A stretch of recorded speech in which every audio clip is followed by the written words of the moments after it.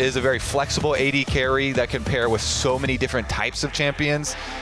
Presumably, though, I would also think that they are going to go with some of the engage supports, because they already are showing 2 poke champions with Jason Ezreal and 1 hard engage with Devi. So see about those supports as well locked in later for them. But yes, first, sir. we will get the jungle for River, one of the big stars on the Thieves. Yeah, River on 100 Thieves, like when you think back to 100 Thieves at their peak, when this team was their scariest in the LCS, what immediately comes to mind for most people is the River Quid duo. The way that these two were able to take over the game and run things from the mid jungle. Viego, definitely a champion with a lot of snowball potential. It could be. It could be. The Elise is locked in. That should be the support for Huhi with Azir, the mid laner for Abadaga. All right, we're in for a fun one here. Let's see. Elise support has been taking over solo queue.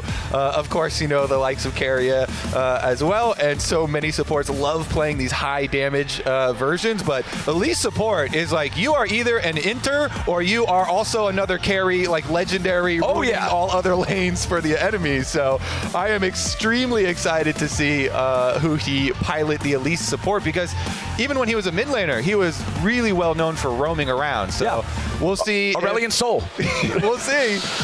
Well, so I immediately have to look up, it has been so long since the Thieves side of it, you know, he's got love for both organizations. You love to see it. Well, you might not love to see it in the moment, but being able to see somebody like work so long in the scene through so many different orgs, like, I'm just excited for this head-to-head, man. I'm excited we get to see the Elise support. I'm excited we get to see the debut of Scary Jerry here in Tier 1 as well. I've tuned into Tier 2 here in North America whenever I can recently, and I know that all of the Tier 2 guys that have been in there, Kangas, who was in Tier 2, working that scene for a long time, with like Cubby and Rafa and all them, they always talked up Scary Jerry about how this guy's the real deal. This guy can make it happen. Well, here's your shot, Jerry. Let's see how scary you are.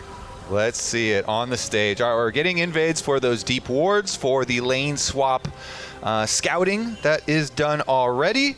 100 Thieves got theirs down. Meanwhile, you got the mirrored ones here for disguise, and then everybody resetting here out through mid lane. The ward does see River and Ayla, so the defensive one here for DSG, see how much value it's going to provide. Yeah. As the rest of the team does go past mid, and that one by the Wolf Camp kind of saw at least Castle. Okay, they're all grouped up. They really want to. Oh, Ayla's dude, the target. The trap on Ayla here could be huge. River going to walk right over that ward right now. Huhi lands the cocoon. Castle right on top of him. The rivers run dry, and 100 Thieves are going to lose their first scrap before it even starts. First blood on Castle's Jace. The defensive wards here, seeing the incoming scouting for the lane swap pays off huge for Disguised. It's the prep flowers, it's the prep coming in that can completely upset expectations. This team, the underdogs of the entire league basically, coming in with a very good level 1. And Huhi on the roaming Elise support will start out with their lane swap on top side. And I'm glad that you mentioned them being the underdogs alongside that play, because I feel like especially if you're coming in with everybody kind of expecting you to be weaker, the defensive play is very strong, because you know they're going to push you. You know they're going to try to do something sneaky early on. 100%. Always recommend more risky strategies and more tricky prep coming into it. But here's some of the history of this Disguise team. Of course, they did win NACL in their first year after forming. So 2023 was quite good for them. 2024, a little bit more middle of the pack, and then jumping up here to the LTA. Big congrats to this team, and the crowd already loving them. So first blood acquired for them. Of course, they did change the feats of strength in this patch. We are on live patch, so you got to get full 3 kills. So not quite as big of a little swing as it has been for the beginning of this new season. But here we go. We're going to get the first recall for Scary Jerry back to base so Ezreal can get his tier. Always one of the really nice buys there. And it allows our roaming support here, the Elise, to start to get active. I mean, Huhi was a big part of getting that first blood, being able to repel to close the extra distance, and having the ability to start your E for double spells there allows the cocoon follow-up and allowed them to get that first blood onto River. So we'll see if it continues to shine. Ooh, Castle getting the better of Sniper down here, trading back and forth, running pretty low on mana though, so as the wave is crashed into the turret, we will see Castle be able to take his own recall here. Go ahead, go back to base. Teleport already used by him, so not exactly going to be able to immediately reappear back down there in the bottom lane, but he doesn't need to. The wave's going to be in a very favorable spot, has his own tier ready to start stacking that one for him as well. 1-0 still, just that early kill like you were talking about. Obviously the feats of strength change. Disguise would love it if it was the previous one, but overall I'm really happy with the change, changing it from the first blood to the first 3 kills. Yeah. Feels like a lot less can be lost on just one single bad decision from one single player. Yeah. Well, a little bit less random, a little bit more room for comeback here, even if you do give up the first blood. Elite support, by the way, for people who haven't been terrorized by it yet, does build damage, like it's full damage. That's why we say it's such a risky pick, because you are very squishy later on. The majority of them do build into the Storm Surge and go for the big burst and really try and harass enemy solo laners roaming around. And so we see, again, Huhi here. Now he's level 3, so that's basically full kit for Elise. Oh, yeah. Build. You're good to go. Quid's in trouble. Flash cocoon from Huhi. Quid flashing away to stay safe from it. But hey, that's the job. That's what you need to do. Get that summoner spell. Now the door is wide open for a repeat gank from Huhi or XU or anybody wearing a DSG jersey. Yeah, and he's got the most important buy, the boots, to be able to make those roams. And he's got the Ezreal, of course, this very safe AD carry for Scary Jerry to just try and farm up. And you were mentioning, you know, some of the, like Hengis and them talking about Scary Jerry and really focusing on later on his team fights and stuff after he, you know, gets fed. So if he's able to farm efficiently on the Ezreal, of course it's going to be a little bit difficult there with the extra pressure from FBI and Ayla, but we'll see about it as he's down a little bit on the top side of the map here. River comes in to try and even up a little bit of the mid pressure, but honestly, I think this is going to be reaching. Yeah. Abadaga is doing a good job hovering to the other side of the map because they've got that control ward up there in the river already. Nice defensive vision for him. He has his flash as well. He is Azir, has his own dash. So there we go. River finally gets that control ward in the river brush, and they are just going to trade our first neutral objective packs. Yep, 1-for-1 on those. Very easy for Abadaga to play towards that bottom side of mid lane like you're talking about. His jungler's already on the Drake. Bottom lane, Jace has total control over the 1v1. That half of the map just feels very comfortable for Disguise to play from. And you can see it again here with XU having the confidence to go in there, take the enemy Gromp. He knows River's up top side taking the grubs. He's not going to be around to contest this. Sniper is stuck in Turret City, USA, just having to hope that he can farm up minions underneath this one, dealing with Jace in the laning phase. So XU's just happy to steal away some resources. Yeah, Jace, by the way, well, as XU is, might be looking for a dive too. It is level 6 on the Vi, so oh, yeah. Even Mbessa can't dash when Vi ults. Here we go. Vault Breaker collides immediately right back into it with the Wombo combo. Jungle top from Disguised aren't messing around. True to his word, XU comes to dive Sniper. Him and Castle take down Sniper for round 1 of the blood feud that is taking place here on stage. And as you say, that's going to be 2 of the kills necessary for first 3 for Feats. Mid lane, though. Yeah. Yeah, looks like we're not going to get a whole lot out of the zero ulti there. XU with the sniper. Wait, we got more action here too. Another one down. Oh my goodness, Huhi gets splattered all over the jungle. Disguised up 2-1. They're a more perfect champion for squishing the spider than Poppy there. And they're able to just smash him into the side of the wall. They get their kill. They shut down a little bit of that roaming support. And he actually went Dark Seal too. Huhi is going full solo queue elite support, went a Dark Seal to really try and snowball. But here's another look at our XU gank. I mean, there's not much you can do about that. It was really nice, built up the wave, level 6 timer for jungler for Vi, and then Mbessa is not going to be able to escape. They're so stoked, dude. They're so stoked. They should be. Yeah. This is an underdog team. They came in, good prep, level 1. They punished with their defensive ward. They have the extra vision. They get their kill there. They also get the morale boost from taking down the enemy trash talker.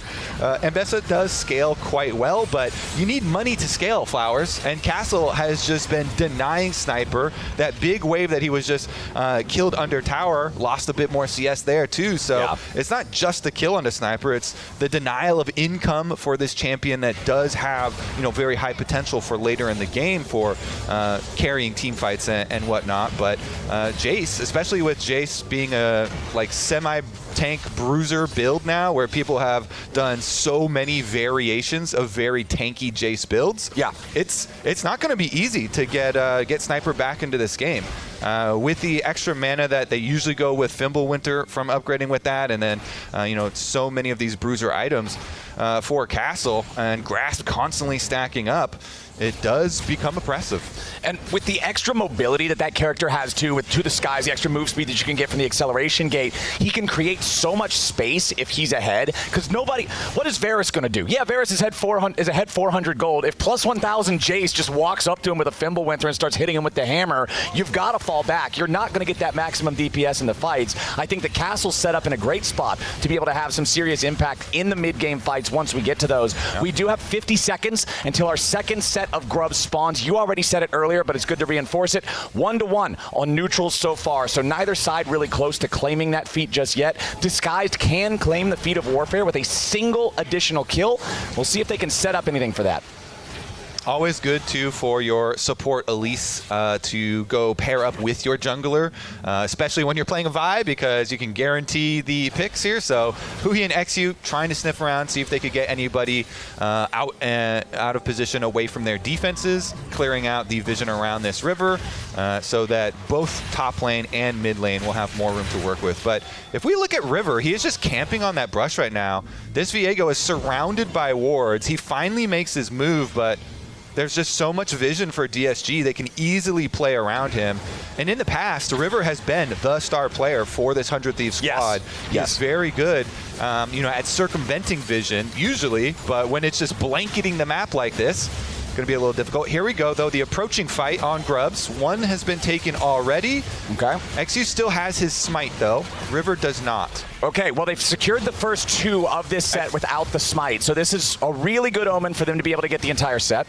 Yeah, should be able to guarantee it. The second charge for River comes back up now, though, so he's threatening. Okay. They're trying to push him off. It looks like Disguised is going to decide that discretion is the better part of Valor and Grubs here. Just back away from that one.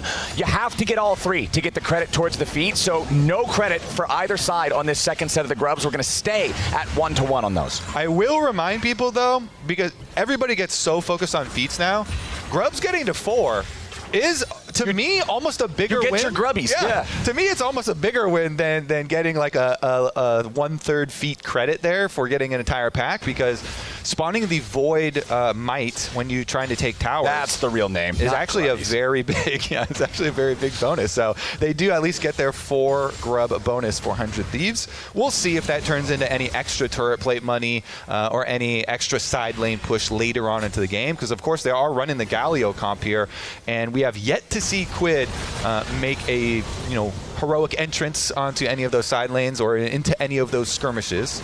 Speaking of meaningful leads, meaningful things in the game, look at the itemization difference between the Jace and the Ambessa. It just got a little better thanks to the Brutalizer purchase, but full Spear of Shojin already completed for Castle. This guy is frightening right now. Nice sidestep there too, making sure he doesn't get caught by the Chains of Corruption. That hitbox can often be larger than it initially looks, so just sidestepping away from it, making sure that he does not allow himself to get punished there. And it looks like we've got ourselves a 2 Drake to nothing lead for the side of Disguised. Now also one more neutral objective away from being able to claim that feat as well. And with a 1.5 minutes left on the clock, usually first turret will fall one way or the other pretty soon after the plates go. Yeah, the Bruiser Jace is just so good working off the base damages, and you get so much extra mana with your tier, and you have so much extra cooldown reduction there for your Spear of Shojin, and then being able to amplify everything feels so nice. So DSG with the double dragons advantage, like this game is starting out so incredibly well for this team that people did not have a lot of high hopes for. So we'll see if they can continue on into the mid game, the critical stages here,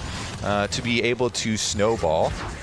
Full Gnasher's Tooth done, as you say, for the Azir. It does feel quite nice for Abadaga, and this is a player that we previously saw on 100 Thieves in the LCS. But, went over to EU, back to EU for quite a while there, and was most recently in Tier 2 in the LFL in Europe. So we'll see about his return here, if he can make a bigger impact as this game goes on. Of course, Azir looking for the team fights to really flex. We've got a lot of first items coming in now. That Nashor's Tooth that you already talked about. Junglers have their first items completed. Hollow Radiance for the Galio there in the mid lane with the Yumu's Ghostblade done for FBI. 100 Thieves got plenty of bodies down here as they're crashing another wave into the turret. 5 seconds left on the turret plating to keep that protected a little bit longer as Quid keeps Abadaga out of his own red side jungle, but Quid gets shuffled back underneath the turret. Nice job from Abadaga there, punishing the aggressive play of Quid, forcing that flash. The flash, such a critical summoner spell here too for the playmaking for this 100 Thieves side. Quid definitely going to regret that last little bit of damage. He wanted to go get his passive punch on him. He went to go punch Abadaga and ended up losing out in the extra cooldowns. No actual kill given over, though, so that extra third kill still not there. We got a teleport coming up top side. They're looking for the punish on Castle. Quid trying to close the gap with a taunt, does land it. Sniper making sure that he's careful to not enter too soon. He does not want to allow Castle to burst him down in a 1v2. Castle just getting the distance, turns right back around, slaps Sniper with a little bit of damage! And Castle just made him look silly in a 1v2. Yes, it's an equal trade, but that's making a statement. It is making a statement. I mean, 100 Thieves, technically, they get more gold because it's assisted kill and it's a shutdown, but the psychic damage of killing Sniper again. Oh, yeah. There we go. XU's yapping for him. Exactly. Some people got an accountant for their taxes. This guy's got an accountant for his yap. This is incredible. XU, although maybe he needs to get out of the chat and get back in the game. FBI shuts him down, shuts him up, and now Rivers looking for a little bit more. Goes in for the Spectral Maw, finds the stun on Huhi. Say goodbye to the Spider, as now another fight in the jungle. Abadaga trying to defend himself, but Quid jumping right back on with the Justice Punch into the Winds of War. Abadaga at 50 HP. Galio in hot pursuit, but the Azir should get away. It turns out Sniper is just the martyr for 100 Thieves. The entire rest of his team goes berserk after he gets killed, and they get their vengeance on DSG. The race for the first tower, too. Or actually, it's not even the first tower. That was already taken.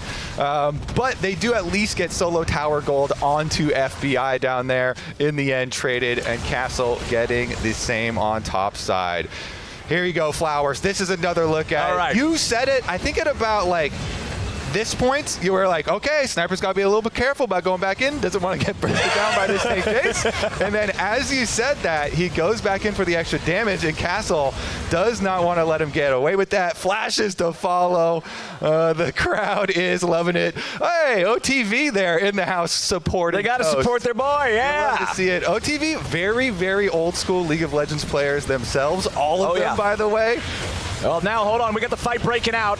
Ayla and River here on the front line. The Rift Herald's already going to be claimed by XU and Disguise. Sniper trying to create a little bit of space here, but he's got to be careful. The Galio jumps in on top. Exactly the synergy we were talking about, but the rest 100 Thieves cannot join. Sniper in some trouble. He'll get gunned down first. Castle is absolutely making a kingdom out of this top lane. Dude, we're going to make this series into a movie, Flowers. The trash talk at the beginning, Sniper getting targeted because of it, goes down again.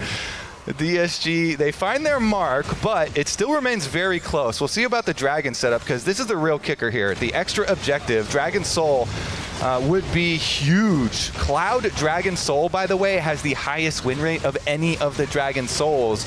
Even though people disrespect move speed, Flowers, move speed wins you games. So, I think that is a double-edged sword. I agree that move speed wins you games, but okay, hold on, we can get back to this in just a second. Gotta get it first. The Spider Cocoon is trying to keep River away.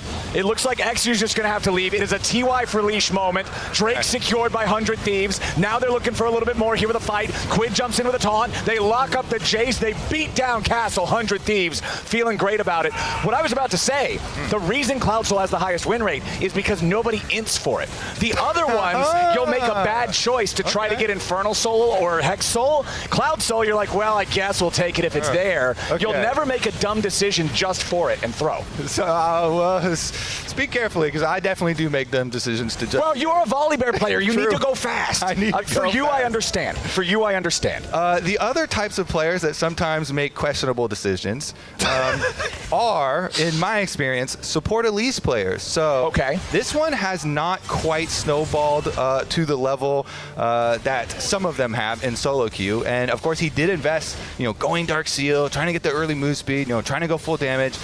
Support Elise is notorious for later in the game sometimes being a liability because you are so squishy, and really all you can rely on is your repel for defense. But you also always have the opportunity to make a really big play with your cocoon, with your CC. So it's all about the very small moments here for the Elise. Is it going to be a liability later on, or is he going to make the game-winning pick, Flowers? It's always the two sides of the coin. Support Elise players do not play from planet Earth. It's either heaven or hell, one or the other. You can't go anywhere in between. 100 Thieves up only a couple hundred gold now, but considering they've been down by about 1,000 for most of this game, that's feeling pretty good. Now here's the test, Mr. Kobe, for this new org on Tier 1 for Disguised. Can they hold the line and not continue losing this lead? They try to turn it back around as 100 Thieves wants to make the play, but now they got to be careful because XU's in the middle of everybody. 100 Thieves in a 4v1, having fun. Quid getting a payday for that one. I have to say, 100 Thieves here showing a lot of very strong resolve in this game, even in the face of a lot of those earlier objectives going the way of DSG and, of course, the level 1 and everything. But 100 Thieves fighting back very nicely. And I would put a lot of credit into River, especially on this Viego. Of course, he has a very good team comp to work around. Galio being a supportive mid laner, all the CC setting up. You saw him after the Dragon that they were able to force DSG off and then chase over the wall, able to get these resets. Now Quid, though. Well, Quid's just going to bring them in for the rest of the team to try to mop them up. Slam into the wall from the Poppy. Heroic entrance for the heroic follow-up. And Abadaga just gets a hero's burial on that one. Disguise have lost another man. 100 Thieves up over 2,000 gold. And it's fairly dangerous, too. Otacon here does get tagged, but everybody's going to back off. Nobody wants to get the extra debuff here from it, and should be able to just take care of mid lane wave. So I guess just going to stop at that single kill. Back-to-back plays from 100 Thieves, though, attacking side lanes, Flowers, with 4 or more people. As we mentioned early on with the Galio, it's one of the big strengths here, trying to attack those side lanes, and 100 Thieves doing a good job kind of focusing there. So one thing I'm looking at right now, we were praising the Jace early on in the game, right? But when I'm looking at the scoreboard for Disguise, do you know what I see? I see a Jace and a box of donuts. I got zeros in the kill column for every other champion. It means all the money is on Castle. If Castle's not around, 100 Thieves is going to rock their world. And the problem for Disguised, I'm not seeing the team play. I'm not seeing Castle be used as this tool. And now, Disguised are going after the Otacon. They're full sending, and 100 Thieves needs to try to get down and stop him. Quid has no teleport to make his way here in time. 100 Thieves still just looking on. The Otacon down to 4,000. XU incredibly low. Having to try to flash away and make a little bit of distance as Abadaga is going to be stunned up. Has to try to escape himself. Sniper distracting the rest of Disguise. FBI with a nice confirmed kill on the enemy mid laner. They've got the Otacon down to 1,000. It is secured by River and 100 Thieves. XU falls as well. And it's absolute tragedy for Disguise. Oh, Scary Jerry and Huhi are going to be able to survive, and it looks like Castle running for his life still inside the Rift Herald pops out at mid tower. Castle's playing GTA and he's got 5 stars. River's bringing in the tanks and everything else, looking to go after him. He's only going to lose the false life. Sniper jumping right back in, looking to finish off this fed Jace, add a little bit more money to his own pockets, and Sniper calculates it. Yeah, Castle getting dangerously close to taking down 2 of the Otacon GAs there, but Sniper does finish him off, so it's just one of the GAs he's able to pop off of 100 Thieves. You have to look back at this play, though, Flowers, and think about why DSG went for that play. It is because they knew there was no teleport on the Galio, and Galio had just used ultimate.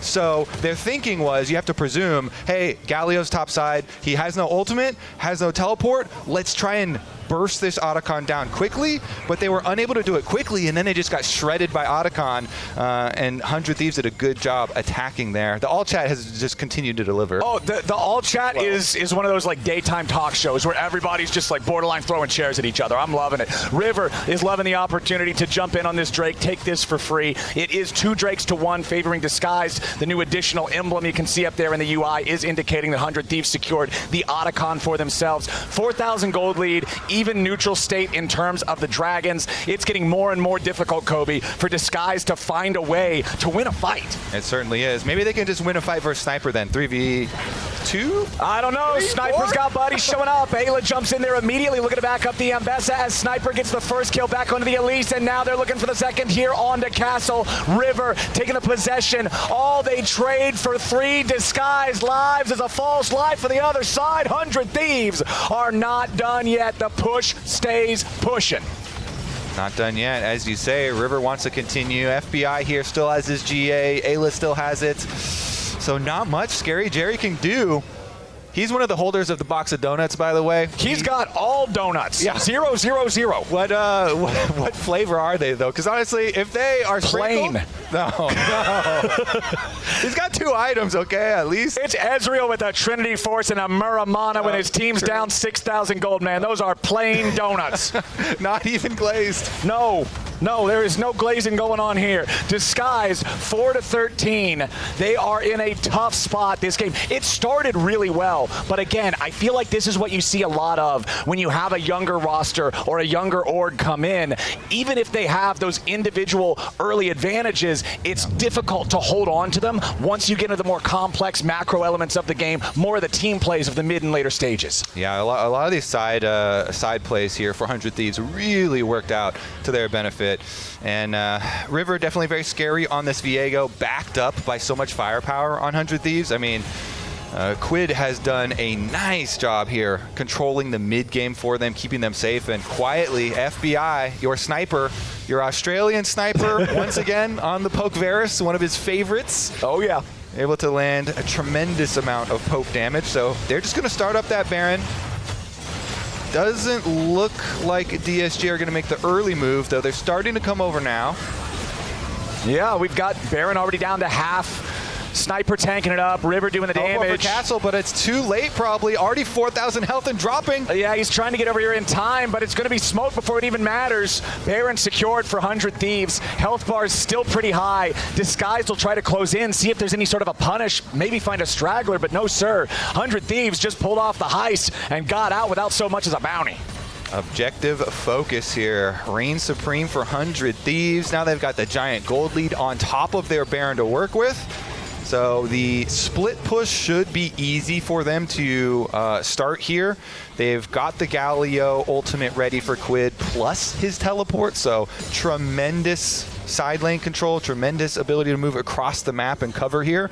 And when you combine that with the Baron buff flowers, that makes for easy push, easy siege for 100 Thieves. Yeah, this is looking absolutely disastrous for Disguised. I mean, what do you do to stop Sniper from just flying in with the ulti, Quid from ulting over top of him, Ayla just tackles in there, and FBI free fires? What DSG have to do is you have to try and rely on the newly buffed up tower damage, and you just have to defend at towers, and then 100 Thieves are going to be forced to make that play on your towers. I mean, and hope that you can get a nice outplay with the extra defenses there trying to go your way. They do have some critical flashes here on the side of DSG, so some playmaking ability.